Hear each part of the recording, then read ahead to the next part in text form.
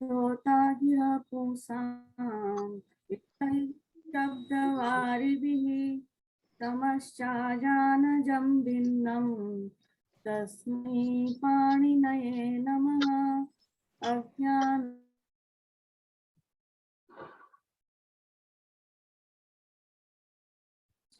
चक्षुरुन्मीलितं येन तस्मै पाणिनये नमः। तस्मै पाणिनये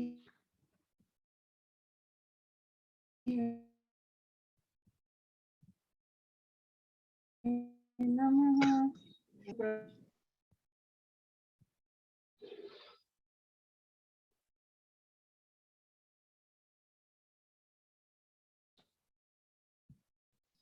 हरिओम, आवाज आ रही है आप सभी को?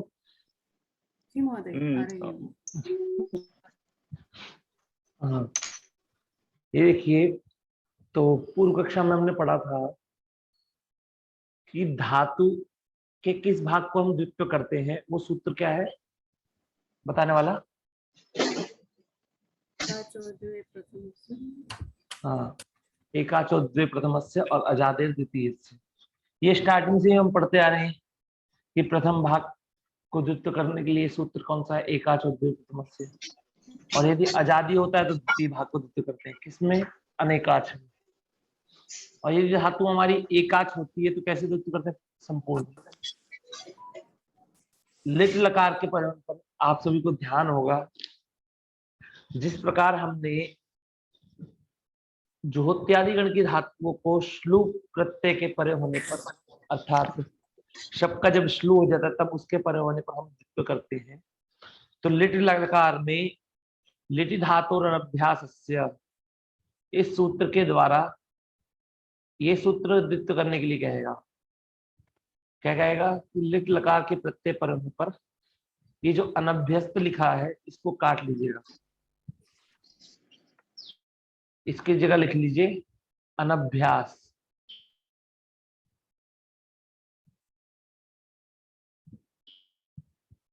अनभ्यास हलंत धातु के प्रथम अवयव एकाच को द्वित्व होता है, और आजादी होगी तो द्वितीय को द्वित्व होगा। ठीक है, अब जैसे देखिए यहां पर ध्यान देना है कि अगर धातु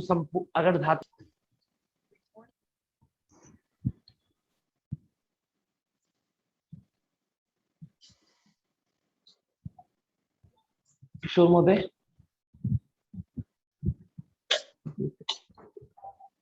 हम महोदय आप फिर से होस्ट बन गए, मेरे को होस्ट बना दीजिए दोबारा। आपको होस्ट बना देता हूँ जी, अब आवाज क्लियर आई? अभी मैं बाहर जाऊंगा, अगर मैं नहीं कर पाया तो जलपा जी भी को होस्ट है। जी ठीक है। अब कौन देखिए, है? संदीप जी है क्या? संदीप जी, संदीप जी आपको मैं को होस्ट बना देता हूँ। अच्छा, ठीक।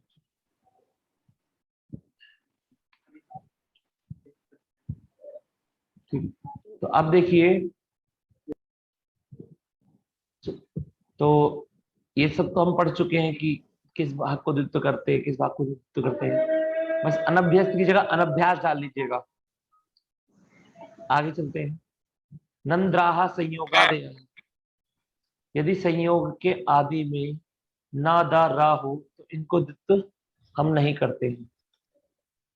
तो इसके बाद जैसे ऊर्णु में देखिए, ऊर्णु में हमने देखा था कि द्वितीय भाग क्या है? ऊ, और ऊ के बाद में ऋणु, इसमें रा भी आ रहा है। तो संयोग के आदि में, संयोग किसका संयोग है? यहाँ पर रा और ऋणा का संयोग है। तो संयोग के आदि में यदि कभी भी रा हो, ना हो, ना दा और रा हो, इनको द्वित्व नहीं होता है, तो केवल नु भाग को द्वित्व होगा आपका। चलिए मनीष महोदय क्षम्यता रोकने के लिए आपको, जी, क्योंकि अभी आप होस्ट है तो संदीप जी को मैं नहीं कर सकता हूँ, आप उनको को होस्ट कर दीजिए बस। जी ठीक है। संदीप जी को, ठीक है।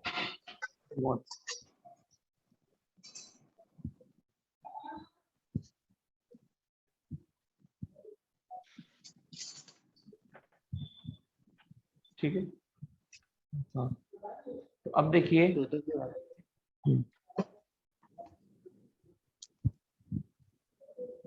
पूर्व वाले की अभ्यास संज्ञा होती है, सब आप ही को पता है। हलादि शेषा, अभ्यास को अब लेकर कार्य बता रहे हैं, अभ्यास में क्या क्या कार्य करना है। हलादि शेषा कि अभ्यास में जो आदि हल होगा वही शेष बचेगा और अन्य हलों का लोप होता है। ह्रस्व अभ्यास को के दीर्घ स्वर को ह्रस्व होता है। ये सभी आप पढ़ चुके हैं, इसलिए ज्यादा समय वेस्ट नहीं कर रहा हूँ कि अभ्यास में दीर्घ होगा तो उसको ह्रस्व करना है। कोष्ठ अभ्यास के कवर्ग और हकार के स्थान पर चवर्ग आदेश होता है। ठीक है, ध्यान रहे कि अच्छा आप लोगों को मैंने वो पढ़ा दिया क्या, आभ्यंतर प्रयत्न और बाह्य प्रयत्न पढ़ाए क्या मैंने आप लोग जो शाम की कक्षा में पढ़े थे? नहीं, स्टार्ट ये इस कक्षा में स्टार्टिंग में पढ़ाया था, इस कक्षा में बहुत जी। स्टार्टिंग में पढ़ाया था। ठीक है, चलिए तो फिर मैं आपको किसी और दिन बताऊंगा कुछ। अब अभ्यास चर्चा, अभ्यास के झष को जश तथा खय को चर होता है। अर्थात अभ्यास में यदि चतुर्थ वर्ण होगा, उस चतुर्थ वर्ण को क्या हो जाएगा, अभ्यास में चतुर्थ को तृतीय और द्वितीय को प्रथम, और इसके अलावा जो भी रहेगा वो जैसा का जैसा ही रहेगा, जैसा है वैसे ही रहेगा। अब इसके बाद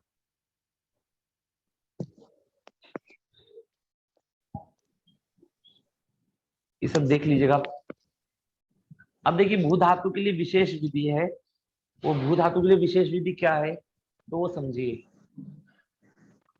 सूत्र है आपका भुवो वुग लुंग लिटो हो। क्या सूत्र है, भुवो वुग लुंग लिटो हो। ये बताइए भुवो हो, ये जो भुवो है ये मूल में क्या है, षष्ठी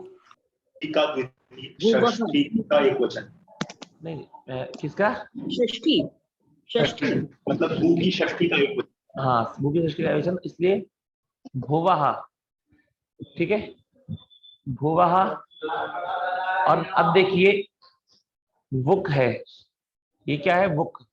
भुवः में षष्ठी विभक्ति है, वुक में प्रथमा विभक्ति है। भुवः में षष्ठी विभक्ति है, वुक में प्रथमा विभक्ति है आपकी।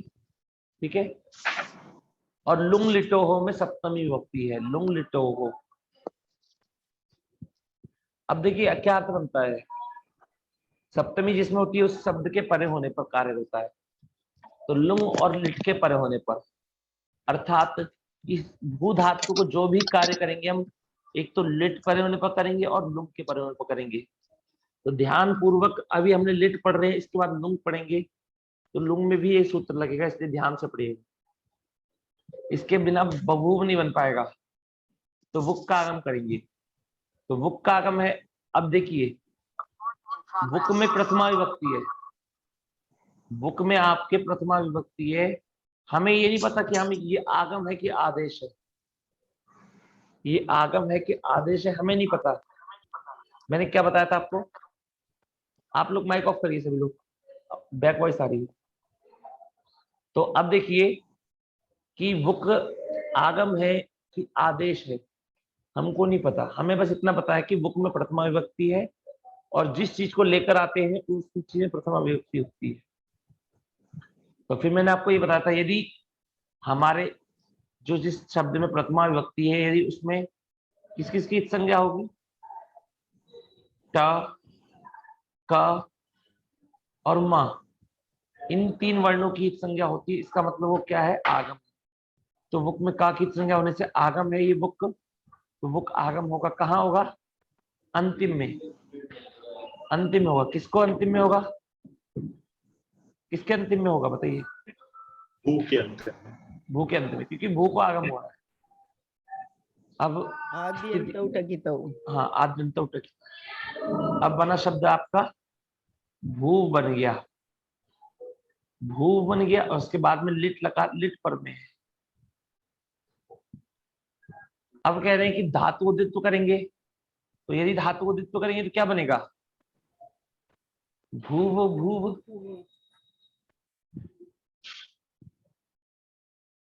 भू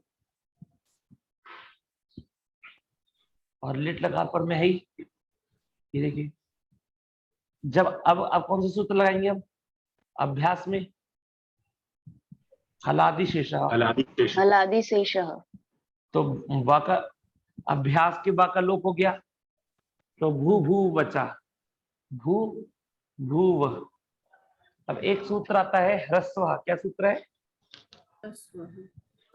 वो कहता है कि अभ्यास को ह्रस्व होता है, अभ्यास में जो अभ्यास का जो भू था उसको ह्रस्व हो गया, और ह्रस्व होने के बाद क्या बचा? छोटा ऊ, तो भू भूव। इसका सूत्र है आपका झलाम, ये अभ्यास चर्चा, अभ्यास चर्चा। तो इसने कहा कि अभ्यास को चर होता है, तो अभ्यास में चतुर्थ वर्ण है, तो चतुर्थ को क्या हो गया? तृतीय हो गया। चतुर्थ को तृतीय हो गया, तो बुभू वो बुभूव बन गया। इसके बाद अब सूत्र आता है आपका भवतेरः। सूत्र क्या है? ये भवतेरः सूत्र कहता है कि भू धातु का जो अभ्यास है, अभ्यास का जो ऊ है, भू धातु के अभ्यास का जो ऊ है, उसके स्थान पर आ आदेश होता है। क्या आदेश होता है?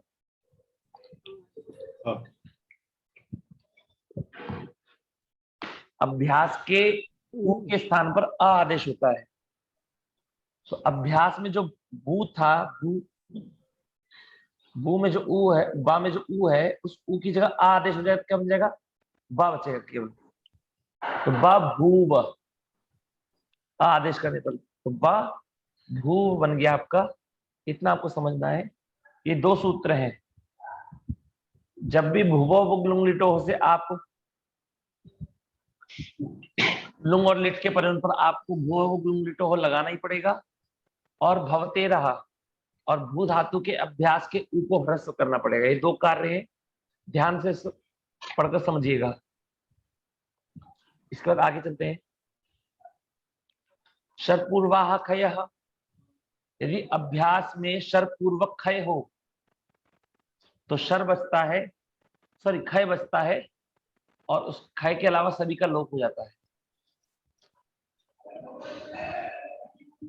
ये सब पढ़ा हुआ है, इसलिए ज्यादा इन सब में।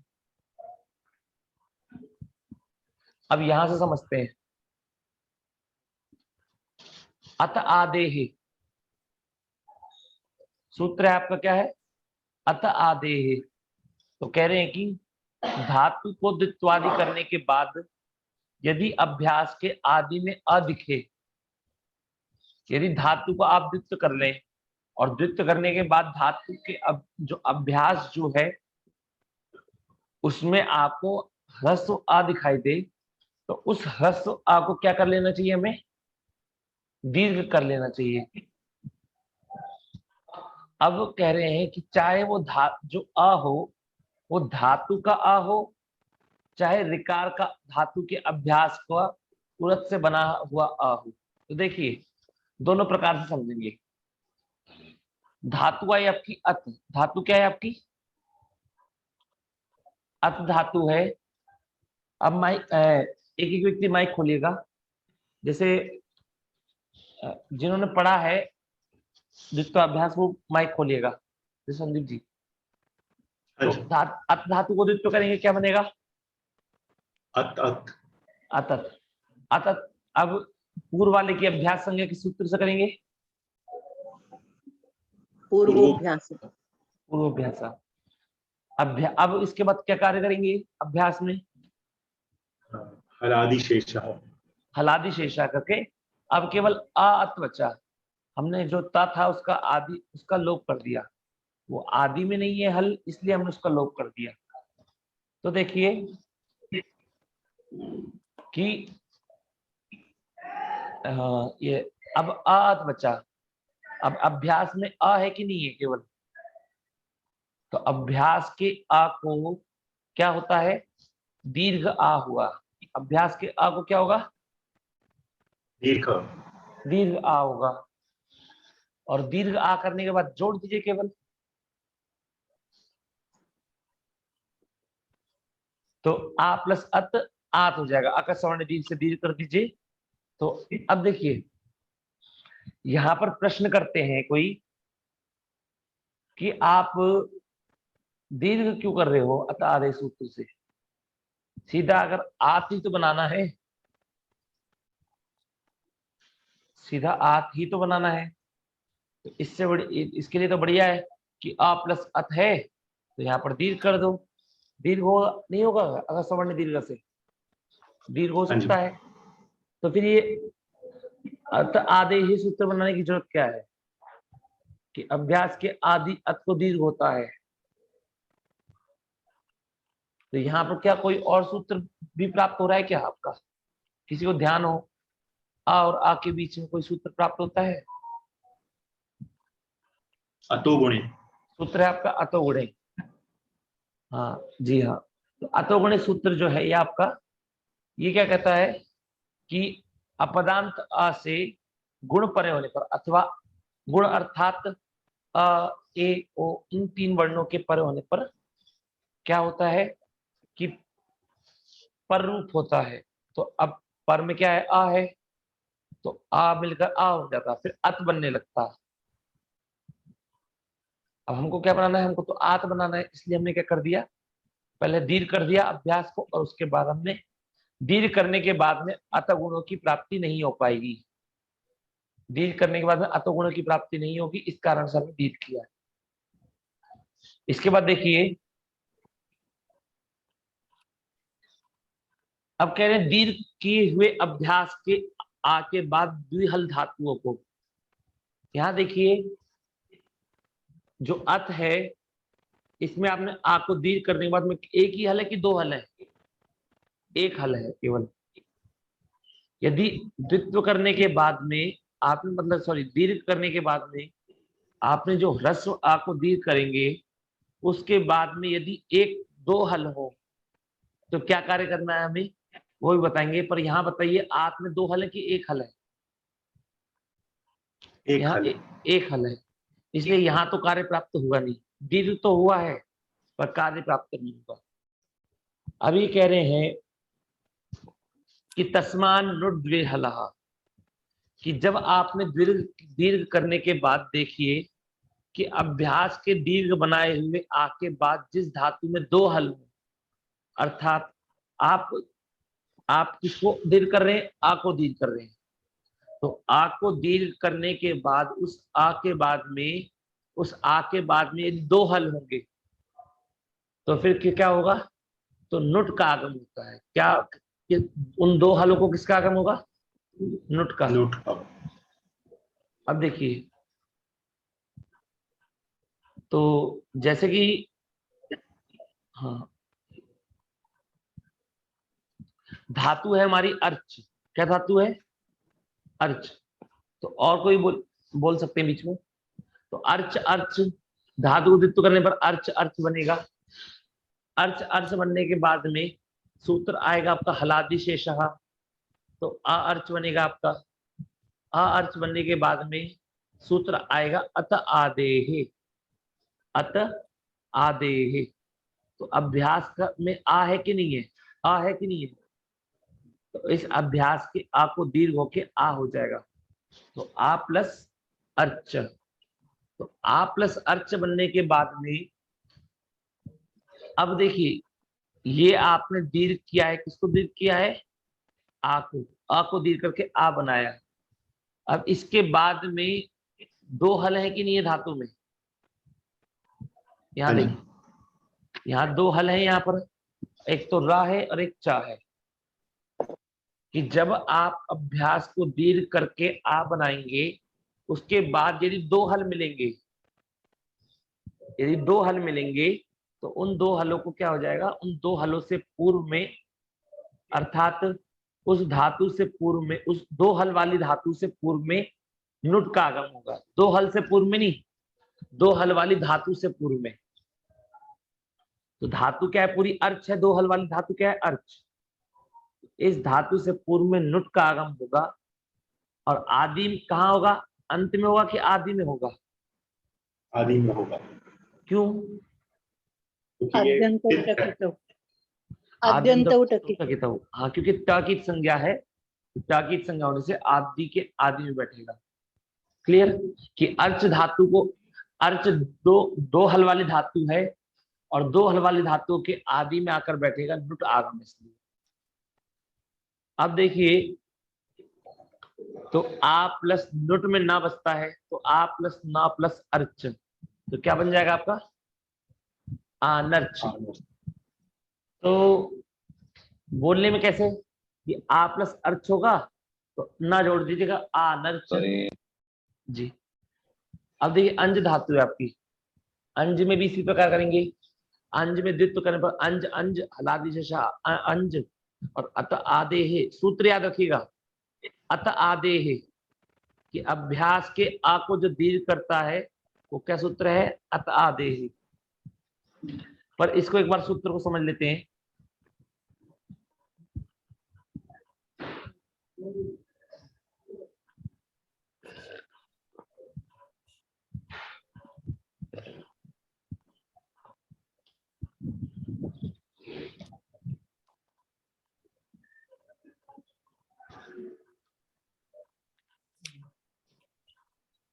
ये तो सिर्फ, अब देखिए, हम अगर हम केवल इतना पढ़ेंगे कि अभ्यास के आ को दीर्घ होता है तो गलत हो जाएगा। कम कैसे कैसे आ रहा है कि अभ्यास से का अधिकार चल रहा है। किसका अधिकार चल रहा है? अभ्यास से का। इसका मतलब है कि अब इसके अंतर्गत जितने भी कार्य होंगे वो सारे के सारे किसके अंदर होंगे? अभ्यास के अंदर कार्य। फिर कह रहे क्या करना है कि अभ्यासस्य आदि अतः, अभ्यास के आदि आ को क्या होता है? दीर्घ होता है। अब कहते हैं कि कब होता है, तो कह रहे लिटी, अर्थात ये अत आदेहि सूत्र जो है ये आपका केवल लिट में ही फायदेमंद है, अन्य जगह पर फायदेमंद नहीं है आपका। कुछ लोग के मन में आ सकता है कि हमने ऐसा श्लू के परिणाम पर क्यों नहीं किया था झोत्यादिगण में, या फिर आगे जब हम यंग पढ़ेंगे या सन पढ़ेंगे तो वहां पर क्यों नहीं करेंगे, क्योंकि ये सूत्र लिट के परिणाम पर ही कार्य करता है।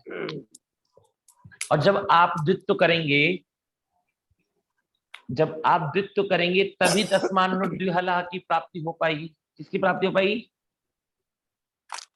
तस्मान्नुट द्विहला की भी प्राप्ति तभी हो पाएगी, क्योंकि तस्मात से हमको क्या समझना है?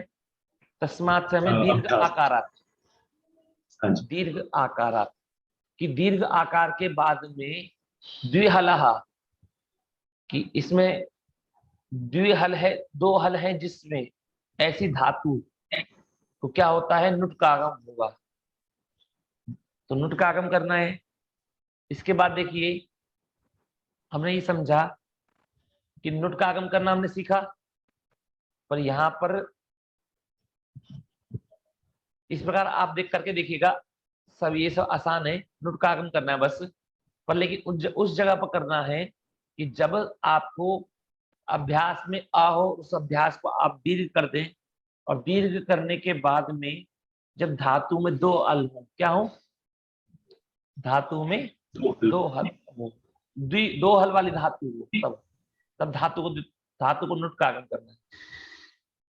अब सूत्र आ रहा है आपका अश्नोतेश्च। ये सूत्र कह रहा है अश्नोति बन रहा है, अश्नोति अर्थात अश्नो षष्ठी विभक्ति में बन गया, क्या बन गया? अश्नोतेः। इसका मतलब ये आपकी स्वादिगण की अश धातु के लिए कह रहे हैं। किसके लिए कह रहे हैं? स्वादिगण की अश धातु के लिए। एक बार हम लोग भी देख लेते हैं कि अश धातु कोई और भी है क्या? कितनी है अश धातु?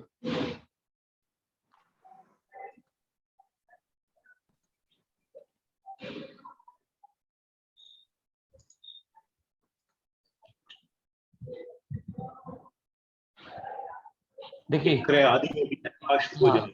हाँ, देखिए एक क्रियादि की भी है अशभोजने और एक आपकी स्वादि की भी है। पर क्रियादि के रूप में रूप क्या बनता है? क्रियादि व्यश्नः अष्टनाति बनता है। और जो अश धातु आपकी स्वादिगण की है उसमें रूप क्या बनेगा आपका? अश्नुते, अश्नुते, अश्नोति। अश्नुते। अश्नुते। अच्छा, आत्मनेपदी है तो अश्नुते बनेगा आपका। क्लियर? तो इस कारण से आपको क्या समझना है, अश धातु के बारे में समझना है कि यहाँ पर अश जो धातु कही जा रही है ये केवल स्वादिगण की धातु के लिए कार्य बता रहे हैं, ना कि किसके लिए बता रहे हैं, त्रयादिगण की नहीं है। स्वादिगण के लिए नहीं बता रहे हैं। अब कह रहे हैं कि नुट का आगम कर दो। किसका आगम कर दो? नुट का आगम कर दो। यानी कैसे कर दें? अश धातु में दो हल है क्या? देखिए देखिए नहीं देखिए अश धातु है। नहीं, तभी तो अलग से रूल बनाया। हाँ, तो अश धातु में दो, अश धातु को विपरीत किया, अश अश बना, आ अश बना, अत आधे से दीर्घ कर दिया, आ अश बन गया। अब हम देखेंगे आ के बाद में जो हमने दीर्घ किया है, तस्मात से हमेशा हमको क्या लेना है, तस्मात आगम से हमको दीर्घ आ लेना है, दीर्घ आकारात, दीर्घ आकारात। अब देखिए ये जो अश धातु है द्विहल धातु है क्या? नहीं है, एक ही हल है इसमें, तो इसमें नुट का आगम नहीं होना चाहिए था, पर फिर भी इन्होंने सूत्र बनाया। क्या बनाया सूत्र? अश्नोतेश्च, कि तब भी इसको क्या हो जाए, इसको दीर्घ हो जाए, तो सॉरी नुट का आगम हो जाए। तो नुट का आगम करने पर अश धातु के आदि में आकर बैठा नुट, क्योंकि टगित संज्ञा है, आद्यंत प्रकृति से आदि में बैठेगा और आनश बन गया आपका। अब तथापि अब इसमें क्या कर देंगे हम, आनश बनने के बाद नुट का आगम कर, नुट हो गया आपका। अब एक वार्तिक है या फिर कह रहे हैं वार्तिक नहीं है, नुट विधौ, क्या कह रहे हैं ये, नुट विधौ ऋकारैक देशो रेपो हल्त्वेन गृह्यते।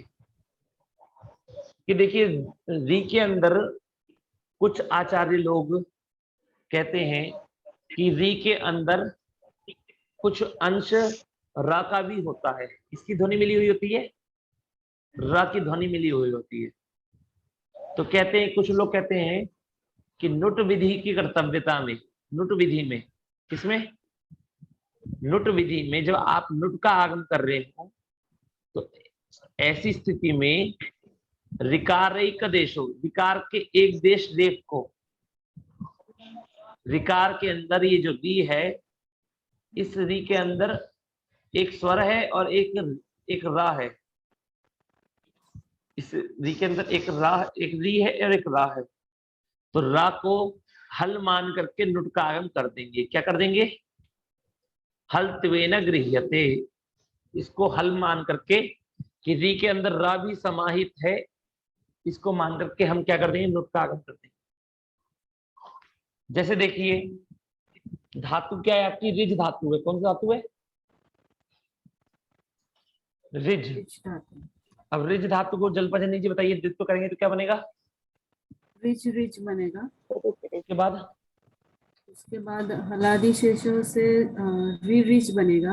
उसके फिर बाद उरत से री का अर होगा तो अर रिच, पुनः वापस ये हलादि शेष लगेगा तो आरिज बन जाएगा आपका, अरिज आरिज। बन जाएगा। हाँ। अब देखिए बात आई यहाँ पर कि अब अत आदेश से अभ्यास के आ को दीर्घ होगा, अभ्यास का आ है, इसको आ प्लस रिज हो गया। हाँ। अब हम जब देखा कि हमने तस्मान नुट द्विहला की प्राप्ति हो रही है कि नहीं हो रही, तो देखा कि नहीं हो रही है, क्योंकि रिज धातु में केवल एक ही हल दिख रहा है हमको, जा। पर लेकिन इन्होंने कह दिया ऊपर कि जब आप नुट विधि कर रहे हैं, नुट विधि कर रहे हैं, तो आपको ऋकार के अंदर एक रेफ को भी हल के रूप में ग्रहण करना है। क्या करना है? ऋकार के अंदर एक रा भाग होगा, र, उस रा को भी हल के रूप में ग्रहण करना है। अब यदि इस रा री के अंदर रा को मान लेंगे तो दो हल हो जाएंगे कि नहीं हो जाएंगे? री के अंदर रा को मान लेंगे तो दो हल हो जाएंगे, तो क्या हो जाएगा? तो दो हल मान करके अभ्यास, इसको नुट का आगम हो जाएगा, तो ना आकर बीच में बैठ जाएगा, तो आ प्लस ना प्लस रिज, और जोड़ देंगे तो आनरिज बन जाएगा। क्या बन जाएगा? आंग्रिज। इतना क्लियर है आप सबको? हाँ जी। तो महोदय यहाँ पे जो री है उसको संयुक्त अक्षर में मान्य क्या है, ऐसे मान सकते हैं? संयुक्त अक्षर में मतलब कह सकते हैं कि जैसे जैसे संयुक्त इत्यादि मत जोड़िए कुछ भी, ठीक है ना, सिर्फ सामान्य इतना समझिए कि री के अंदर कुछ भाग रेफ का भी होता है।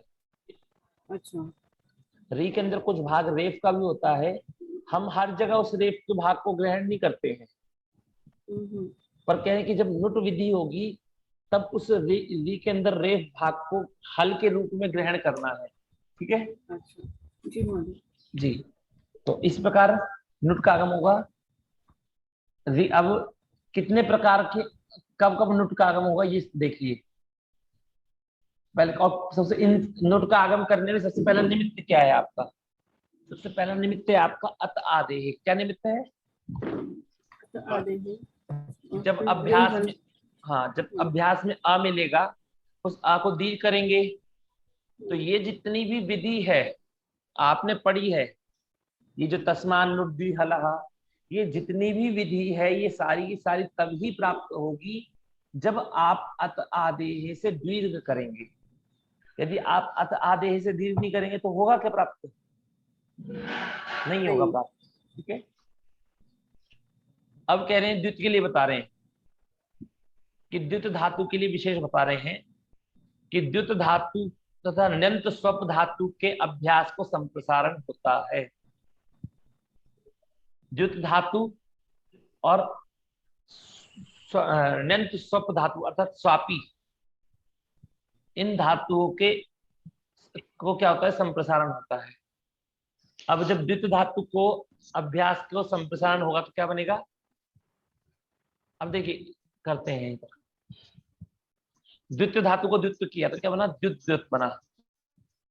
अब द्युत बनने के बाद में ये सूत्र कह रहा है कि अभ्यास को संप्रसारण होता है। किसको संप्रसारण होता है? अभ्यास को। अभ्यास। अब देखिए तो माइक ऑफ कर लीजिए। तो देखिए द प्लस य प्लस उ प्लस त प्लस द्युत, तो ये आपका अभ्यास है द्युत, और ये उसका अगला भाग है। तो ये क्या करें? अभ्यास, द्युत धातु के अभ्यास को संप्रसारण होता है। अब द्युत धातु में क्या संप्रसारण किसको होगा? या को होगा, या को ही होगा, क्योंकि केवल एक ही अकेला ही है, इसलिए या को संप्रसारण होगा, और या को संप्रसारण होकर क्या बनेगा? ई बनेगा। जब ई बन जाएगा तो संप्रसारण करने के बाद में जब भी कोई स्वर होता है उस स्वर को हम क्या करते हैं? संप्रसारणाच्य सूत्र के द्वारा पूर्व रूप करते हैं। क्या करते हैं? संप्रसारणाच्य सूत्र के द्वारा पूर्व रूप करते हैं। तो क्या बनता है? फिर ऊ चला जाएगा, जो ऊ है वो ई के अंदर ही समाहित हो जाएगा। तो क्या बनेगा आपका? केवल दित, दित बचेगा, दित। अब दित बचने के बाद में फिर आपने सूत्र लगाया हलादि शेषा। क्या सूत्र लगाया? हलादि शेषा। और अभ्यास के आदि हल अर्थात दा को छोड़ करके और ई को छोड़ करके हमने ता का लोप कर दिया। किसका लोप कर दिया? अब यदि मैं किसी से पूछता हूं ई का लोप क्यों नहीं किया फिर हमने? वो स्वर है ना, वो और स्वर जो है, हल है उसका ही लोप करना है। केवल हल का ही लोप करना है। हाँ तो आपको अब समझ में आया कि द्वित धातु को द्वित्व करने पर द्युत द्युत बनता है, और द्युत धातु को द्युत धातु के अभ्यास को संप्रसारण करने पर क्या बनता है? द्युत। क्लियर हुआ आपको? अब व्यत धातु के लिए भी कह रहे हैं ये कि व्यत धातु को भी वही करना है, व्यथोलिटी। पहला सूत्र क्या है? व्यथोलिटी है कि व्यत धातु को के लिट लकार के प्रत्यय पर होने पर द्वित्वादि करने के बाद व्यत धातु के अभ्यास को संप्रसारण होता है। इसको संप्रसारण होता है व्यत धातु के अभ्यास का अभ्यास। संप्रसारण होता हाँ, ही हो जाएगा ना, यत का व य। तो एक बात देखें, ये बताइए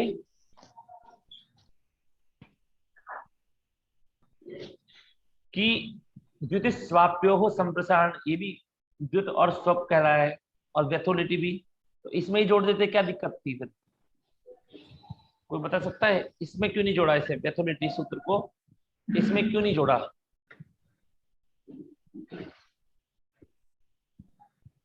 दो संप्रसारण वाले वो शब्द मिल रहे हैं आगे वो हाँ, इसके लिए उसमें किसके य लिए? है, इसमें नहीं, स्पष्टता नहीं हुई। देखिए, प्रथम सूत्र में जो है वो सभी जगह होगा, लेकिन व्यर्थ में सिर्फ लिट लकार के परे में होगा। बिल्कुल, ये बिल्कुल सही बोला कि अगर दोनों को जोड़ देते तो या तो द्वित और स्वप जो सर्वत्र उसको संप्रसारण होगा, संप्रसारण होने के बाद मतलब क्या कहते हैं, द्वित होने के बाद संप्रसारण होगा, वो केवल फिर लिट में ही होने लगता। किसमें होने लगता? केवल लिट में ही होने लगता। और यदि केवल व्यर्थ को रखते और इसकी, तो फिर हम लिट में अनुवृत्ति नहीं ला पाते, तो इनको केवल लिट में ही इत्यादि, इसलिए अलग अलग रखा गया ताकि द्वित और स्वप इन दोनों धातुओं को सर्वत्र हर जगह जहां जहां द्वित्व प्राप्त होता है वहां वहां संप्रसारण हो सके अभ्यास को। पर जो केवल व्यत धातु है उसको केवल लिट लकार में लिट लकार के पर ही अभ्यास को संप्रसारण, और अभ्यास को संप्रसारण होगा तो क्या बनेगा बताइए कोई?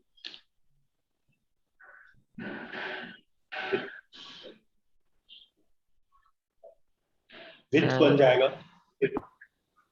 जी, तो व्यत को क्या बन जाएगा? व्यत को व्यत व्यत बन जाएगा, और ये या को संप्रसारण करने में वित्त बन जाएगा।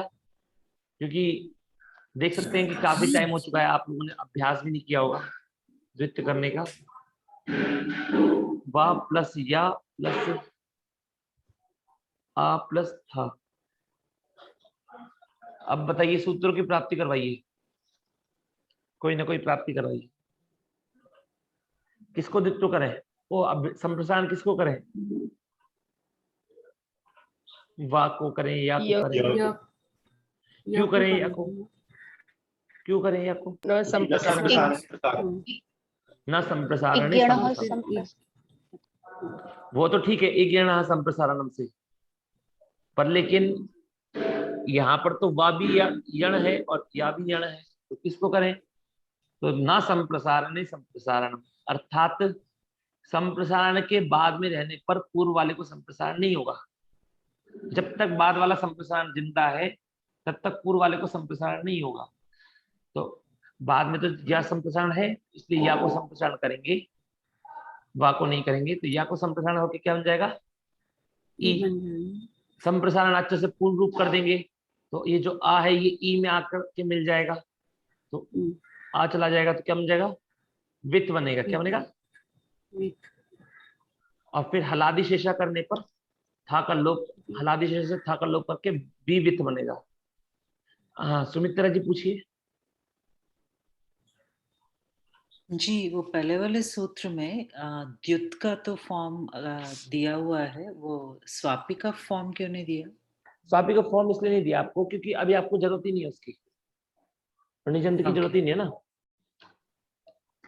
ठीक है, अब देखिए, हाँ, अभ्यास सवर्ण, ये सूत्र आप सभी ने पढ़ा ही है, फिर भी एक बार समझ लेते हैं कि अभ्यासस्य असवर्णे, अभ्यासस्य असवर्णे, इसका मतलब है कि अभ्यास को, अभ्यास में जो ई होगा उसको इयंग, अभ्यास के उ को उबंग आदेश होगा, पर कब होगा? जब अभ्यास के बाद में असवर्ण स्वर पर में होगा। क्या होगा बताइए? अभ्यास के ई को, अभ्यास के ई को इयंग करेंगे, अभ्यास के उ को उवंग करेंगे, पर कब करेंगे? जब उसके बाद में असवर्ण स्वर पर में होगा। असवर्ण माने समझ में आता है आपको? अर्थात उसके जैसा दिखने वाला नहीं होना चाहिए, स्थान से न हो। बिल्कुल सेम ना हो, तो जैसे कि जैसे इश धातु है आपकी, कौन सी धातु है? इश धातु है। इश धातु को द्वित्व क्या बना? इश इश बना, हलादी शीशा से ई इश बना। अब देखिए एक सेकंड,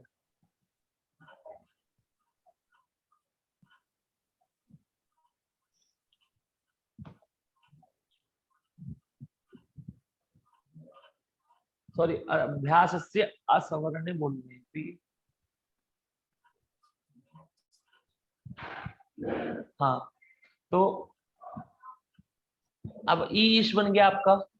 अब ई ईश बनने के बाद में ये जो ए है आपका, इस ए को आगे जाकर पढ़ेंगे कि पुगंत लघु पदस्य से क्या हो जाएगा? ए हो जाएगा। इसको पुगंत लघु पदस्य से इस जो ई था, इसका जो ई है उसको ए हो जाएगा, तो ए बन जाएगा। जैसे ही इसको ए बनेगा, अब ये सवर्णी है कि असवर्णी है बताइए? असवर्णी। असवर्णी है, तो असवर्णी होने के कारण फिर इयंग हो जाएगा, तो इयंग होकर ई प्लस एश, ईएश बन जाएगा। क्या बन जाएगा? ईएश। अब देखिए हन धातु है आपकी, कौन सी धातु है आपकी? हन धातु है। हन धातु के लिए विशेष बता रहे हैं, बहुत मेहनत करनी पड़ेगी आपको, ठीक है, याद करने के लिए कि हन धातु है। जैसे कि हन धातु है आपकी, और हन धातु के लिए क्या सूत्र बता रहे हैं? अभ्यासाच्च।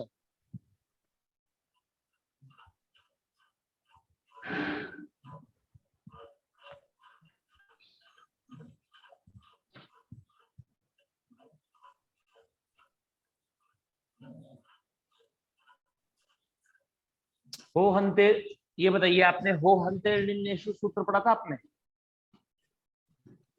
किसी ने हो हंते ऋण्येषु सूत्र पढ़ा है कि नहीं पढ़ा है? बताइए इतना बताइए।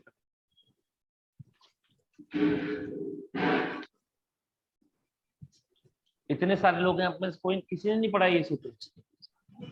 हाँ पढ़ा है। इस सूत्र का अर्थ को पढ़ के फिर दोबारा उसका अर्थ पढ़ेंगे। ये सूत्र कहता है कि हन धातु के हकार को क्या होता है? हन धातु के हकार को घा होगा। क्या होगा? हन धातु के हकार को घा होगा, पर कब होगा? जब हन धातु के हकार के मतलब हा के बाद में ना मिले, या फिर यित या णित प्रत्यय पर में हो। कब मिलेगा? कह रहे हन धातु यह हकार, हन धातु का जो हकार है, तस्य उसको यित प्रत्यय णित प्रत्यय नकारे परे कुत्वम भवति, उसको यित णित और नकार के पर कुत्व होता है। तो हम अभी इतना सब केवल इतना समझेंगे कि हकार के कुत्व होने पर क्या बनेगा? घ बनेगा। क्या बनेगा? घ। तो इसलिए हा को कुत्व करके घ बनाइए। पर अब देखिए हन धातु, ये सूत्र अगला सूत्र है अभ्यासाच्च, कि अभ्यास के बाद में भी हन धातु के हा को क्या हो जाए? घा हो जाए। तो अब देखिए हन धातु है आपकी, हन धातु उदित्व करेंगे तो क्या बनेगा? हन हन। क्या बनेगा आपका? हन हन। अब ये बताइए, अब ये अभ्यास है कि नहीं है? ये बताइए। हाँ हाँ अभ्यास है। अभ्यास तो है। सूत्र कह रहा है कि अभ्यास के बाद में आने वाले हन धातु के हा को क्या हो जाए? घन। हा को घा हो जाए। घन हा को क्या हो जाए? घ तो घन बन गया। क्या बन गया आपका? घन बन गया, नहीं बना? इतना ही समझिएगा केवल अभी, ठीक है। फिर बाद में दोबारा ये सारे सूत्र दोबारा करेंगे भी, हम यूज करेंगे दोबारा। अब आपको बता रहे हैं कृत प्रत्यय परे होने पर बच्चादि ग्रह्यादि धातुओं को द्वितीयाभ्यास करने की विधि। कृत प्रत्यय कब मिलेंगे बताइए? लिट लकार में कोई सूत्र मैंने ऐसा पढ़ाया है आपको जो लिट लकार के प्रत्ययों को कितवत करता है? सूत्र देखिए, असंयोगा लिट कित लिखा भी है यहाँ पर। कि ये जो जितने भी 15 प्रत्यय हैं ये कितवत हो जाएंगे। अब देखिए इन 15 प्रत्ययों के परे होने पर कि 15 प्रत्यय ही कित होंगे, तो इन 15 प्रत्ययों के परे होने पर ही ये बता रहे हैं। कह रहे वचिस स्वपीय जाति नाम की, ये सूत्र आपने पढ़ा ही है। तो ये सूत्र हो गया। और ग्रहिज्या वही व्यधिवष्टि विचति वृश्चति पृच्छति भृच्छति नाम विचा, इन दोनों सूत्रों के जो धातुएं बोली गई है उन सभी धातुओं को संप्रसारण करना है आपको। कब करना है? कित के परे होने पर। अभ्यास को संप्रसारण नहीं करना है, याद रखिएगा। ये सूत्र धातु को संप्रसारण करने के लिए कहता है, अभ्यास को संप्रसारण करने के लिए नहीं कहता है। तो कहते हैं ठीक है, तो जब भी इन दोनों धातु को संप्रसारण कर देंगे, वो तो हम करते ही आ रहे हैं सब स्टार्टिंग से ही, इन दोनों धातु के कित लिट मतलब कित या अंगित प्रत्यय मिलता है तो हम संप्रसारण करते हैं। संप्रसारण कैसे होता है ये बता रहे हैं। लिटि वयो यहाँ सूत्र को छोड़ दीजिए अभी, ठीक है ना, ये सब बाद में हम पढ़ेंगे, क्लियर होगा ये बात।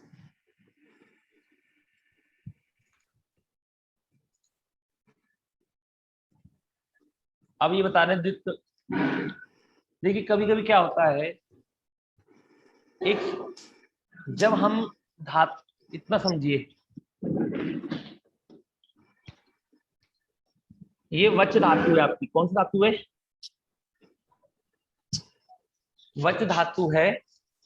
वच को द्वित्व करेंगे तो आपका क्या बनेगा? वच वच बनेगा।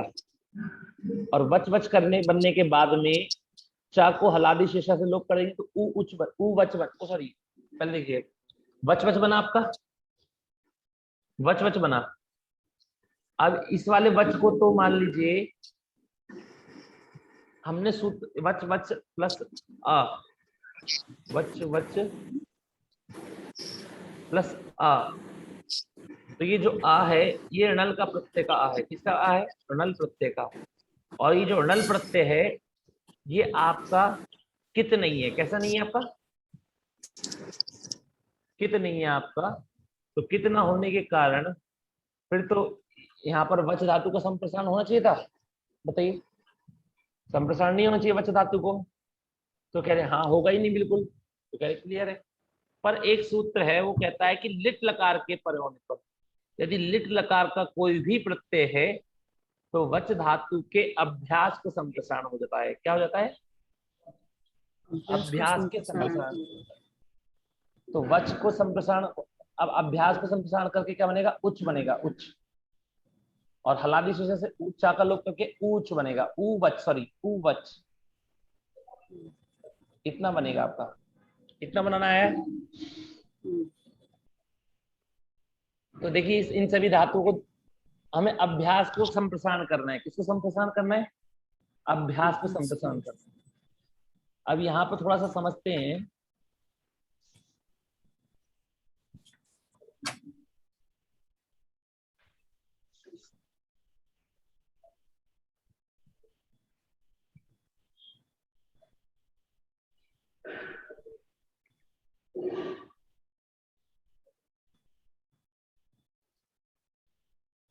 ये देखिए आपने दो सूत्र पढ़े अभी। एक तो सूत्र था आपका कि ऋण इत्यादि, मतलब कि लिट कित प्रत्ययों के परे होने पर संप्रसारण होता है। किसके परे पर संप्रसारण होता है? कित प्रत्ययों के परे होने पर। ये आपके कित प्रत्यय हैं, इनके परे होने पर संप्रसारण होगा। वो सूत्र क्या है? आपके दो सूत्र हैं। कितने सूत्र हैं? दो सूत्र हैं। एक तो वचिस्वपी जाति नाम कृति और एक रहिज्या वाला सूत्र। अब देखिए इन तीनों के परे होने पर संप्रसारण प्राप्त था क्या? इन तीनों के परे होने पर संप्रसारण प्राप्त नहीं था।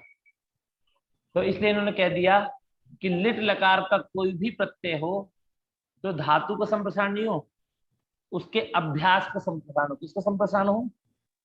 अभ्यास को।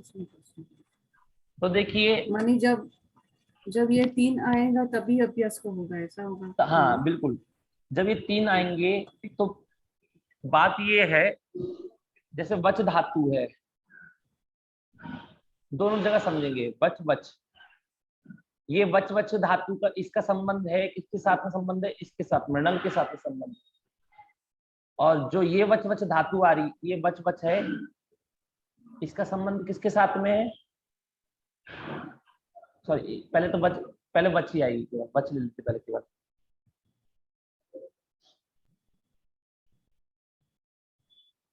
तो इसका संबंध यहाँ वच प्लस ऋणल और वच प्लस अतुष लगाया हमने।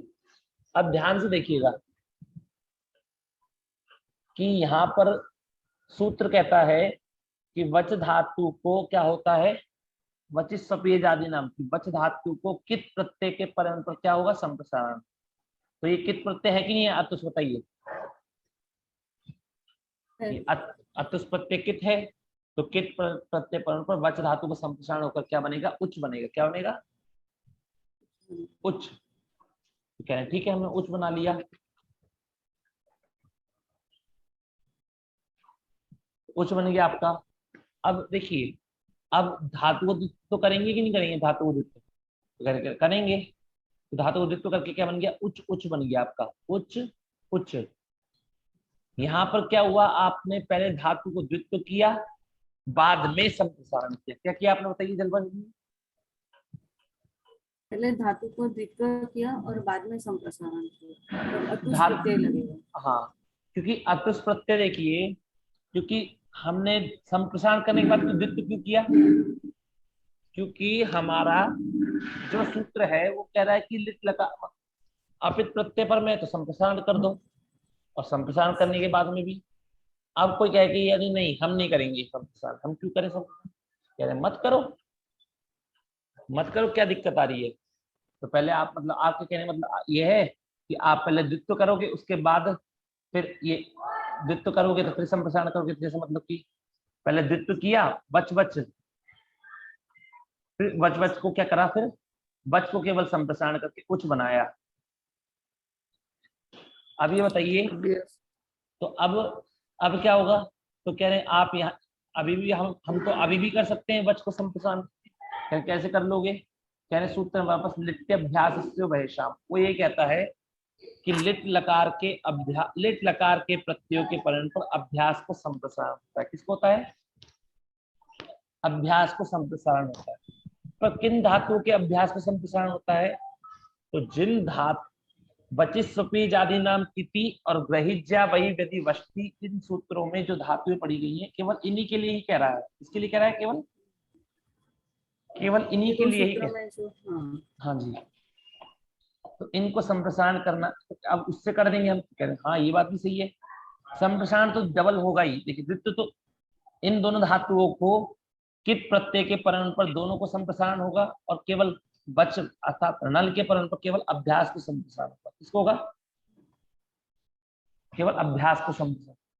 थोड़ा हो सकता देखिए कठिन पड़ेगा बहुत, ये समझ में भी आ रहा होगा क्या कर रहे हैं, पता नहीं कभी सब अभ्यास को, कभी किसको कभी किसको। ये जब आपको तब अच्छे से मजबूत होगा जब आप बनाना स्टार्ट करेंगे, तब आपके सारे सूत्र लगेंगे आपके। क्लियर,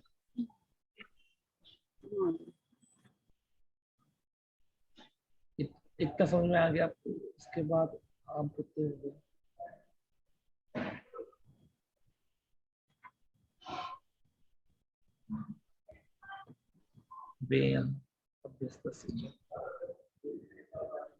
अब देखिए हल्का सा समझ लीजिए कि वे धातु को अपित प्रत्यय पर बच्चादि से प्राप्त होने वाला संप्रसारण नहीं होता। तो वे धातु को संप्रसारण प्राप्त होता है कि नहीं होता है, वचिस स्वपी वाला सूत्र होगा, नहीं ग्रहिज्या से जी, जी। ये हाँ, जो पीछे एग्जाम्पल, सॉरी, ये जो एग्जाम्पल्स दिए हुए हैं इसमें जो व्यय दिया हुआ है, तो व्यय कर दिया इसमें, मतलब वो ये तो ए है ना, तो आदेश उपदेश क्षिति से आ नहीं हो जाएगा, व्या नहीं हो जाएगा। नहीं देखिए मेरी बात समझिए, धातु तो ये वे है ना, वे किसको कह रहे हैं महोदय, इस वाली को कह रहे हैं कि विव्य को, जो हाँ जी जो लास्ट लाइन है वे, हाँ इसी विव्य है, इसके वे को संप्रसारण हाँ हो जाएगा, व्या व्या हो जाएगा। एक्चुअली देयर इज अ सूत्र 6146 वाला है, नाव्यो लिटी, उससे वे को आत्व नहीं होगा। 6145 का वो अपवाद है। नब्जो एक मिनट रुकिए, नब्जो लिटी है ना, 6145 है ना। हाँ, व्या धातु का संप्रसारण नहीं होता है। हाँ जी, आदेश उपदेश शिति जी, नब्जो लिटी एक सूत्र उससे है, प्राप्त। ये देखिए। हाँ अच्छा ठीक है, 6146 ठीक है। जी, है ना, जैसे नब्योलिटी, तो ये आदेश उपदेश स्थिति के नीचे पढ़ा गया है ये सूत्र, ठीक है, आदेश उपदेश स्थिति, कि वे धातु को संप्रसारण नहीं, वे धातु को आत्म नहीं होगा। क्लियर? अब हाँ जी। इसके बाद देखिए, ये कह रहे हैं कि वे धातु को आत्म कर दिया तो बा बन गया, पर लेकिन वे धातु को भी तो संप्रसारण प्राप्त है, क्योंकि सूत्र में क्या गया है, ग्रह ज्या व्यद वय व्यद वश व्यच वश शब्द नहीं, इसमें एक सेकंड, वत्सोप्यज वद्वहवस वप वे वेश्वी, हाँ, वत्सोप्यज वद्वहवस वप वे वेश्वी, इससे प्राप्त है। ठीक है ना, तो संप्रसारण तो होना चाहिए फिर, तो कह रहे हैं संप्रसारण क्यों नहीं होगा, तो कह रहे हैं वे, यहाँ ये सूत्र है, ये कहता है कि लिट लकार के अपित लिट प्रत्यय पर होने पर वे धातु को संप्रसारण नहीं होता है। क्या नहीं होता है? अच्छा ये बताइए, ये ऐसा क्यों कह रहे हैं कि अपित लिट क्यों कह रहे हैं? क्योंकि अपित लिट के परे होने पर ही प्राप्त होगा, और इसको अगर नहीं बोलेंगे, इतना भी कह सकते हैं कि वे धातु को लिट लकार के प्रत्यय पर होने पर संप्रसारण नहीं होता है। तो ये 25 आदि नाम से प्राप्त होने वाले संप्रसारण का अपवाद सूत्र, निषेध सूत्र है। अभ्यस्त क्या है? ये कहता है कि वे धातु है, कौन सी धातु है आपकी? वे धातु है, इसको भी कहता है कि लिट लकार के, इस लिट लकार के सारे प्रत्यय के पर होने पर इसको द्युक्त हो जाएगा। आप एक बात देख सकते हैं, वे धातु को प्राप्त था क्या, बताइए?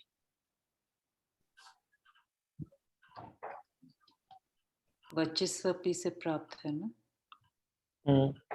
वत्सप्यज वद्वह वस वप वे वेश्वी, तो वे को भी प्राप्त है, श्वी को भी प्राप्त है, तो यहाँ पर नित्य संप्रसारण क्यों लिखा है? एक सेकंड,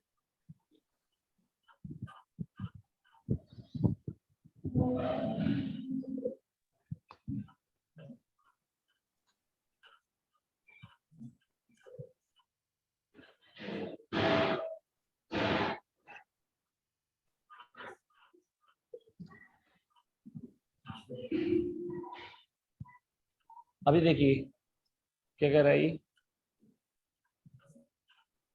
वह संप्रसारणम अभ्यस्त। हाँ, तो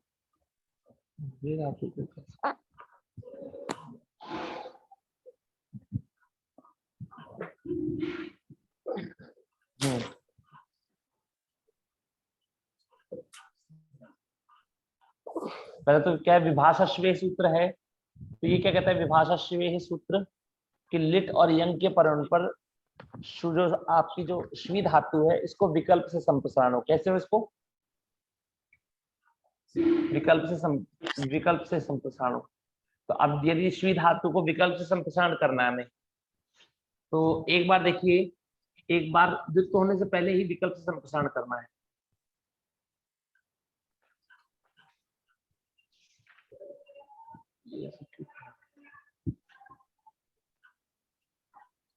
तो श्वी धातु है आपकी, धातु क्या है आपकी? श्वी। श्वी धातु को हम संप्रसारण करेंगे तो क्या बनेगा बताइए कोई?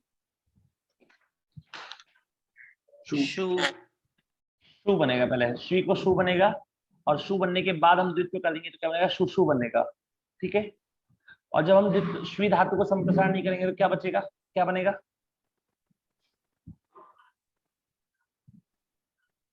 क्या बनेगा? श्वी बनेगा। हाँ, श्वी बनने के कारण हम इसको श्वी बनेगा आपका, वा का लोप कर देंगे, अभ्यास के वाक का श्वी बनेगा। क्लियर? अब इसके बाद देखिए, अभ्यस्तस्य च कह रहा है कि नित्य होने के पहले ही नित्य संप्रसारण होता है। इसको इसमें क्या कहा है सिद्धांत कौमुदी में?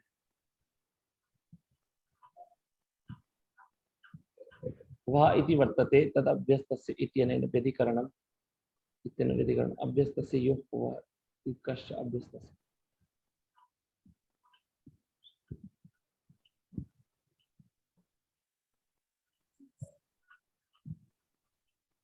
ये हु धातु को संप्रसारण प्राप्त,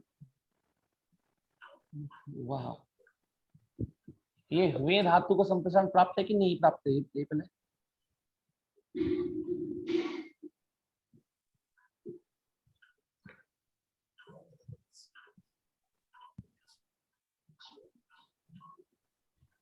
ये सारी चीज, ये मेरे को ये ध्यान था इसका, प्लेन समझ में नहीं आ रहा। चलिए इसको ना, इसको मैं करके बताता हूँ, ठीक है आपको अगली कक्षा में, या फिर आपको कुछ ध्यान है संदीप महोदय? किसका? वे धातु का, वे अभ्यस्त से जो सच्चा सूत्र जो है, वे धातु को लिट लकार के सारे पित अपित प्रत्यय पर द्वित्व होने के पहले ही नित्य संप्रसारण होता है। अच्छा ये देखिए, सॉरी ये देखिए, ये जो कंडीशन ये जो बता रहे हैं ना, ये कंडीशन आपकी किसके लिए बता रहे हैं कि वे धातु को आपका आप प्रत्यय लगाया आपने हु धातु, कौन सा प्रत्यय लगाया? ये लगाया आपने, अनल प्रत्यय लगाया, और धातु क्या है आपकी? हु धातु है आपकी। अब ये बताइए, हु धातु है ना? हाँ,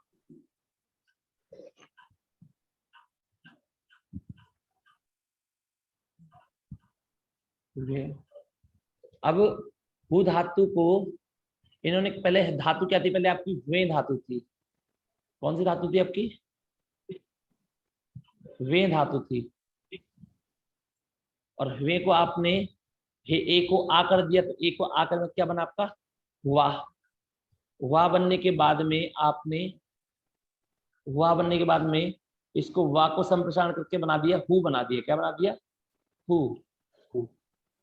अब ये बताइए कि नल प्रत्यय के परे होने पर हु धातु को संप्रसारण करने के कोई सूत्र है क्या?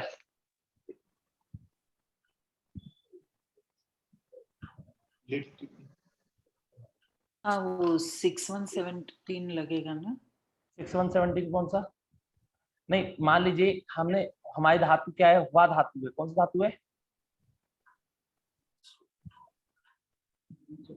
हुआ है। क्यों है हुआ? हुए था, उस हुए को हुआ बन गया। अभी जो हुआ बना है, इसको संप्रसारण प्राप्त है कि नहीं है? बताइए किसी से, बताइए सुमित्रा जी बताइए। नल तो अपित है, लेकिन नल अपित नहीं है, नल पित है आपका। सॉरी, नल पित है, नल प्रत्यय पित है। पित होने के तो कारण इसका इसको संप्रसारण प्राप्त नहीं था, संप्रसारण प्राप्त इसको नहीं था। अब देखिए इसको, इसका यहाँ लिख के दिखाता हूँ आपको। तो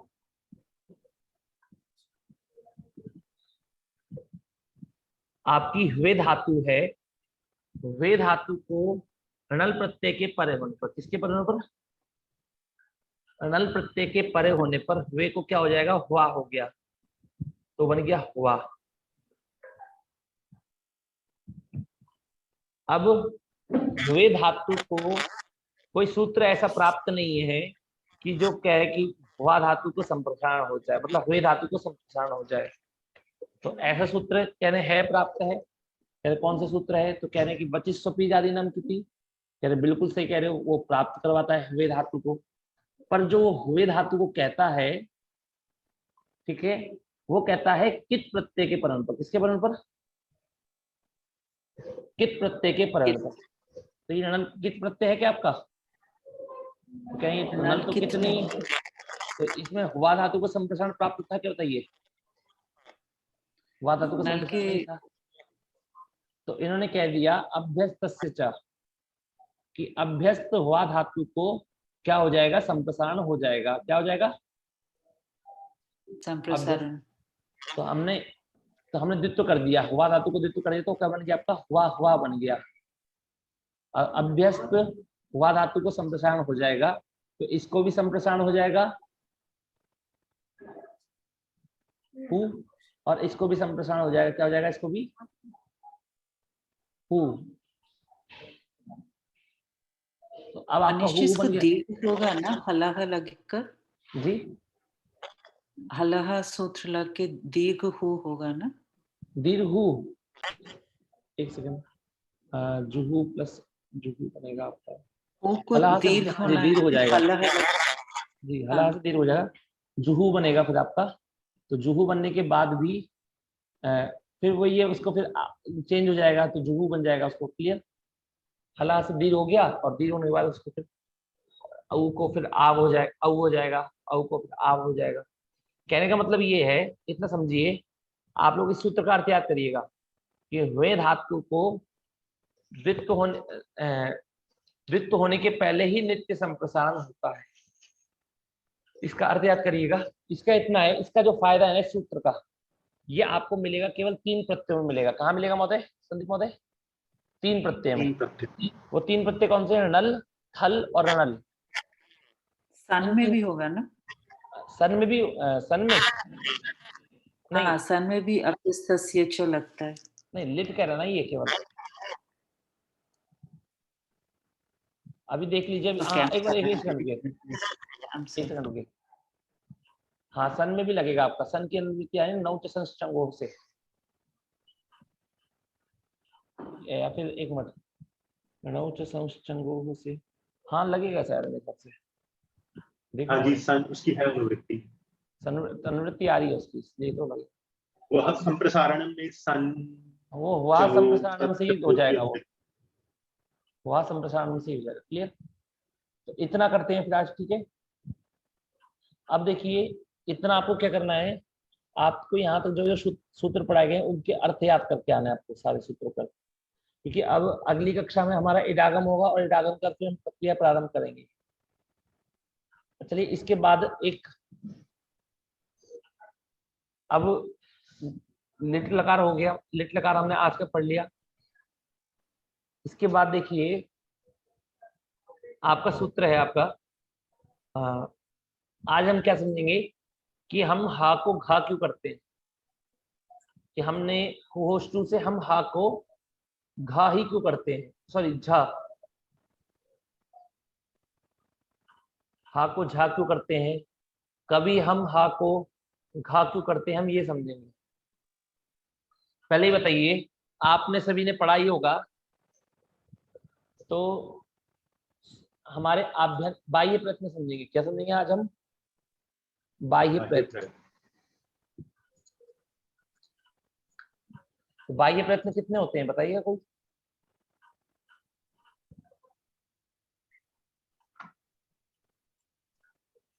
कितने बाह्य प्रयत्न होते हैं, किसी को याद है? 11। तो 11 बाह्य प्रयत्न होते हैं, उनको हम 2 भागों में विभाजित करेंगे। कितने भागों में विभाजित करेंगे? 2 भागों में। एक भाग में 3 रखेंगे और एक भाग में रखेंगे 8। कितने रखेंगे? 8। 3 और 8। अब इन 8 को भी हम 2 भागों में विभाजित करेंगे, जिसमें होगा एक में 2, ठीक है, और एक में कितने होंगे? 6। अब इन 6 भागों को भी हम कितने भागों में विभाजित करेंगे? 2 भागों में विभाजित करेंगे, जिसमें होगा एक में 3 और एक में 3, और इन 2 भागों को भी करेंगे एक में 2, 1 और एक में 1। अब समझिए कैसे करेंगे। पहले था आपके जितने भी बाह्य प्रयत्न हैं, उनमें से हमने 3 बाह्य प्रयत्न को, किन बाह्य प्रयत्नों? 3 बाह्य प्रयत्नों को अलग रखा। वो 3 कौन कौन से हैं? उदात्त, अनुदात्त, स्वरित। ये तीनों बाह्य प्रयत्न किसके होते हैं? केवल स्वरों के होते हैं। किसके होते हैं? केवल स्वरों के होते हैं। अब स्वरों का निश्चित हो गया, स्वरों के बाह्य प्रयत्न इतने ही है आपके। अब हम जब व्यंजनों में जाते हैं तो व्यंजनों को हम अब हमारे पास 8 बाह्य प्रयत्न बचे। वो 8 कौन कौन से हैं उनको समझिए अभी पहले कि एक यहाँ लिख देता हूँ, यहाँ आ जाएगा मतलब। हाँ ऊपर ये देखिए, विवार, संवार, श्वास, नाद, होश, अघोष, अल्प प्राण, अल्प प्राण और महाप्राण। ठीक है, विवार, संवार, तीसरा क्या है? श्वास, विवार, संवार, श्वास, नाद, घोष, अघोष, अल्प प्राण और महाप्राण। ये आपके 8 बाह्य प्रयत्न बचे। ठीक है, अब इन 8 बाह्य प्रयत्न में से हमने 2 को, किनको? 2 को, अल्प प्राण और महाप्राण को हमने रख दिया अलग। ये जो 2 है ना, ये अल्प क्या क्या है? अल्प प्राण है, अल्प और महा, अल्प प्राण और महाप्राण है। ये इन दोनों को रख दिया अलग और इन दोनों को फिर अलग अलग भागों में बांट दिया। तो एक जगह अल्प प्राण और एक जगह महाप्राण। अब आपके कितने बच्चे बताइए? अब हमने आपके 8 में से 2 को हमने अलग कर दिया और उन दोनों को एक एक भाग में विभाजित कर दिया, जिसमें एक भाग में अल्प प्राण रखा, एक में महाप्राण रखा। आपके 6 बच्चे। कितने बच्चे? 6। और उन 6 को भी हमने 2 भागों में विभाजित किया। कितने भागों में? 2 भागों में। 2 मतलब 3-3 भाग बनाए, 2 भागों में 3-3 रखे। अब वो 3-3 कौन कौन से रखे हैं वो समझिए आप। वो 3-3 रखे हैं आपके, पहले रखे ये थोड़ा छोटा कर लेते।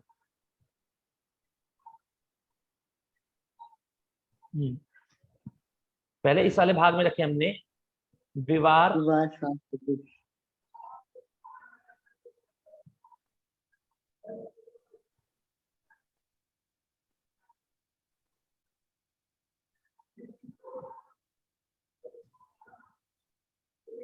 ये, और इस वाले में रखे संवार, नाद, घोष और घोष।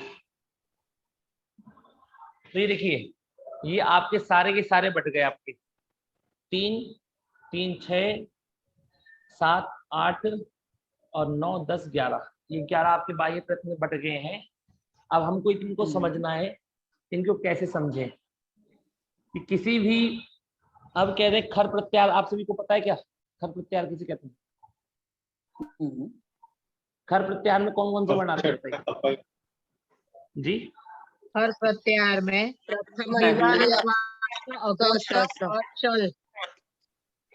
मुझे ये बताइए, खर प्रत्याहार में संख्या के हिसाब से कौन कौन से वर्ण आते हैं?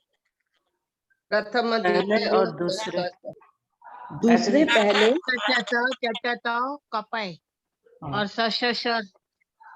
तो आपके खर प्रत्याहार में आते हैं आपके द्वितीय, प्रथम और तीनों शकार।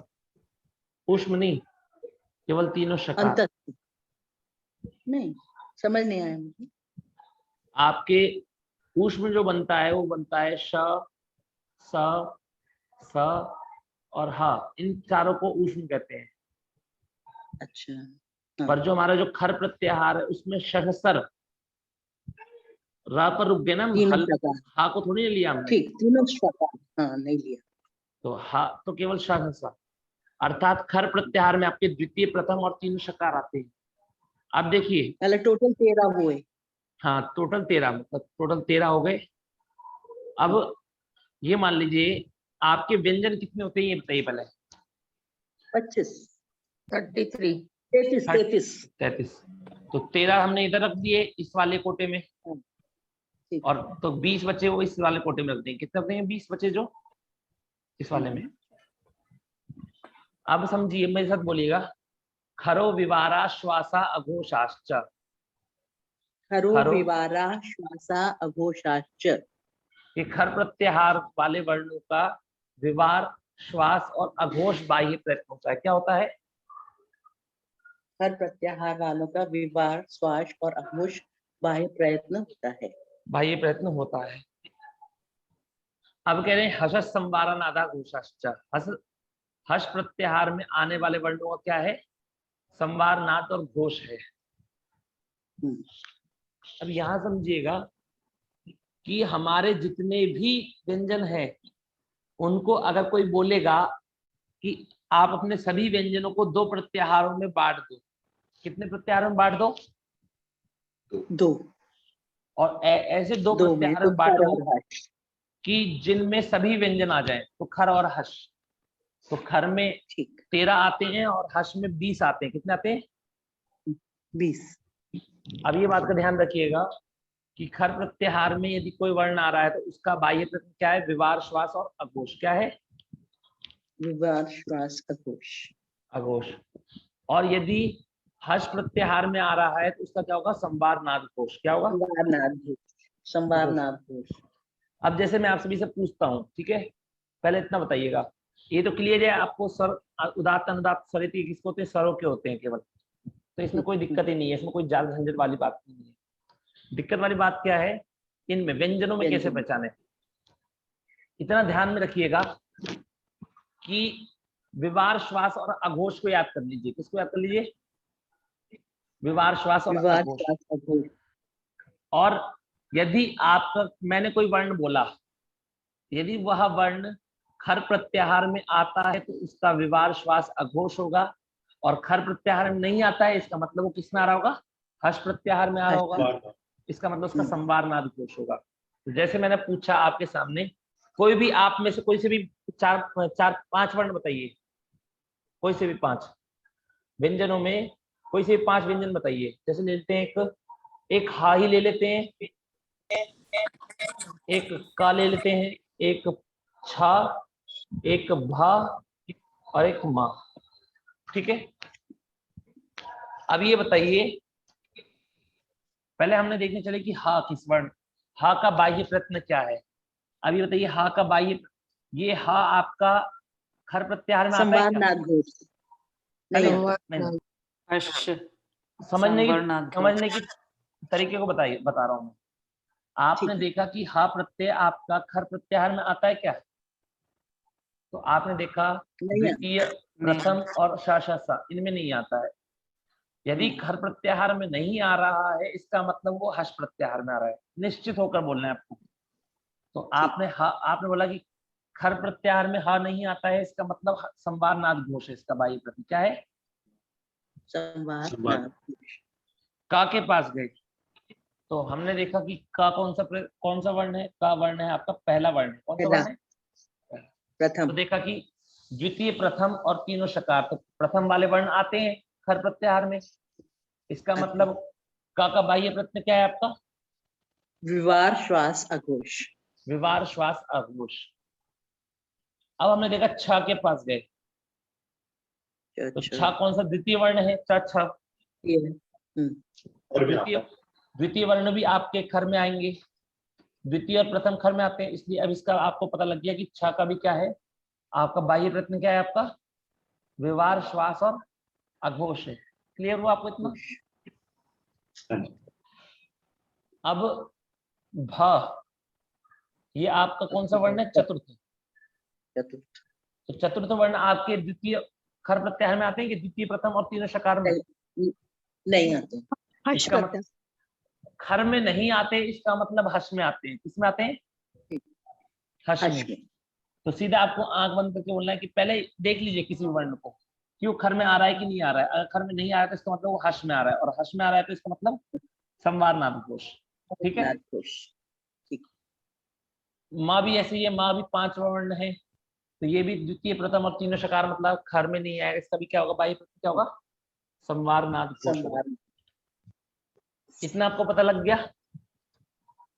तो ये आप खर, विवार, श्वास, अघोष और संवारनाद घोष को पहचानना सीखते हैं। अब आपको अल्प प्राण और महाप्राण समझना है। क्या समझना है? अल्प प्राण महाप्राण।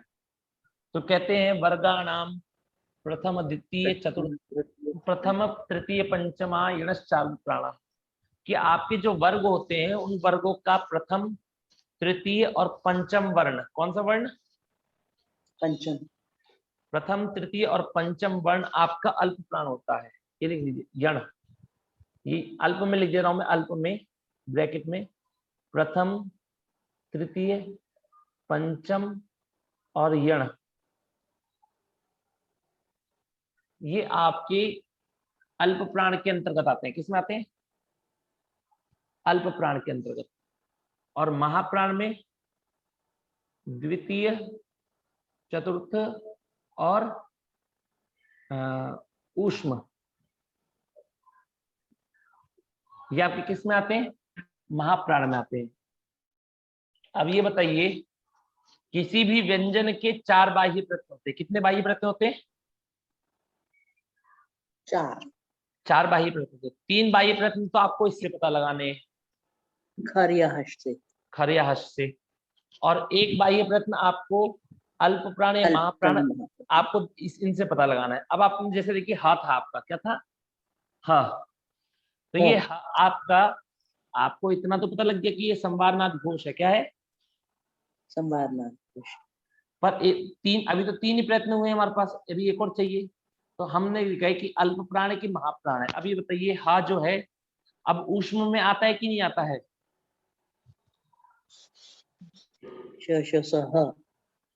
तो ऊष्म में आता है। तो ऊष्म में, ऊष्म वर्णों का बाह्य प्रत्यय क्या है? महाप्राण। क्या है? खर। खर तो हो गया, खर तो अच्छा, हमने विवाह श्वास में कर लिया। प्राण कौन सा है? दूसरे लेवल पे दिख रहा है। ठीक है, हाँ, महाप्राण है आपका। ठीक है, तो ये महाप्राण तो हो गया जैसे आपका। अल्प प्राण के लिए प्रत्याहार है यण, और तो महाप्राण के लिए भी कोई प्रत्याहार है? ऊष्म ना, सॉरी, शल। शल, ऊष्मण। शल, ठीक है। आप शल लिख सकते हैं। वर्गाणाम द्वितीय चतुर्थ शलश्च महाप्राण, ये ऊष्म लिख दिया मैंने, शल लिख लीजिए। ठीक है ना? यहाँ पर तो मतलब 2, 4 और शल। हाँ, 2, 4 और शल ये महाप्राण, और 1, 3, 5 और यण ये अल्प प्राण। ठीक है। तो अब जैसे का में गए, तो का बाह्य प्रत्यय क्या है? खर है। क्या है? खर। पर इसका अल्प प्राण है कि महाप्राण देखने गए तो ये प्रथम वर्ण है, अल्प प्राण। अल्प प्राण मिल गया। द्वितीय में गए तो द्वितीय का खर तो है, खर होने से विवार श्वास घोष है, पर इसका बाह्य प्रत्यय क्या हो गया? महाप्राण। क्या हो गया इसका? द्वितीय होने से महाप्राण हो गया। तो जरूरी नहीं है कि आपका खर प्रत्याहार सेम हो, तो आपका ये अल्प प्राण और महाप्राण भी सेम ही हो आपका। क्लियर है आपको? अब इसके बाद आपको थोड़ा अगली कक्षा में बताऊंगा। इतना समझ में आया सभी को? तो अब किसी का भी पहचान ना हो ना, इन प्रकार से आप समझेंगे तो समझ में आ जाएगा आपको। ठीक है, तो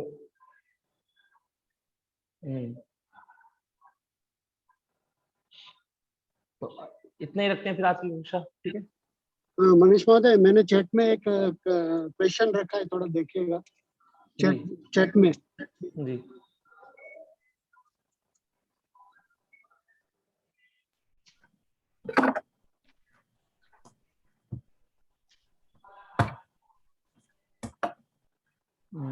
पेज 547,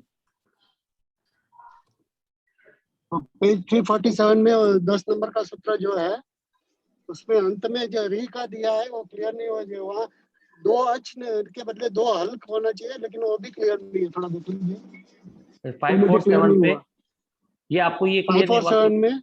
हाँ, री का विशेष जो दिया है ना, हाँ, ये री के लिए ये कह रहे हैं महोदय कि री के अंदर ना, ये जो री है, इस री के अंदर स्वर तो है, ये तो स्वर है वैसे, क्या है ये?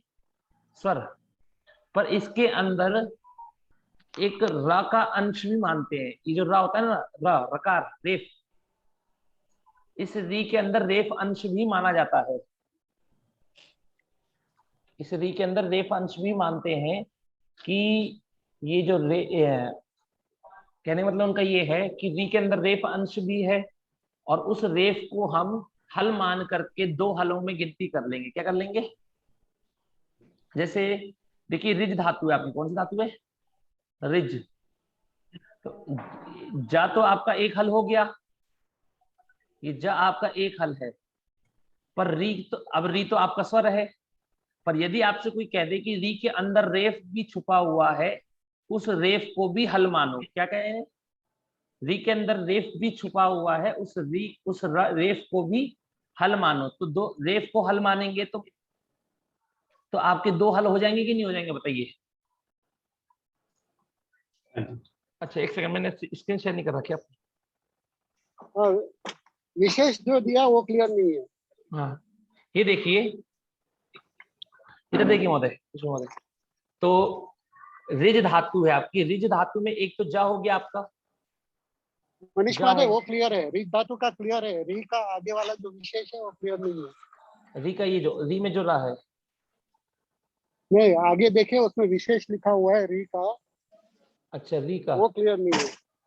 अच्छा ये विशेष री प्लस आ प्लस डी अभ्यास में डी आ बनाया दो। अच्छा नहीं आता ऐसे लिखता। हाँ तो ये तो महोदय क्लियर है ना, ये तो कि इसमें ना वो यार ये देखिए री में रेफ ही तो मानेंगे केवल। नहीं दो अच का क्या संबंध है? उधर दो अच लिखा है वो मुझे क्लियर नहीं हो रहा। नहीं दो हल होना चाहिए था, वो आई थिंक स्पेलिंग मिस्टेक लग रही है, तो मतलब टाइप प्रिंटिंग एरर लिख रहा है। दो हल के बजाय दो हल कहना चाहिए था। अगर दो हल कहेंगे फिर तो र को हल मान रहे हैं ना, तो वो भी इसलिए वो तो धातु री है केवल। धातु क्या महोदय? हाँ री है, केवल री धातु है आपकी। अब केवल री धातु को मानेंगे तो री बना। अब री में करने के बाद अब री में एक ही हल तो मान रहे हैं केवल। देखिए ठीक है। हाँ तो जब अब री में एक ही हल रहेगा तो दो हल नहीं होंगे, इस कारण से नहीं हो पाएगा। मतलब वो प्रिंटिंग है, दो अच की जगह दो हल होना चाहिए। हाँ दो हल होना चाहिए। ओके धन्यवाद ठीक है मतलब, तो आज यहीं तक रुकते हैं फिर।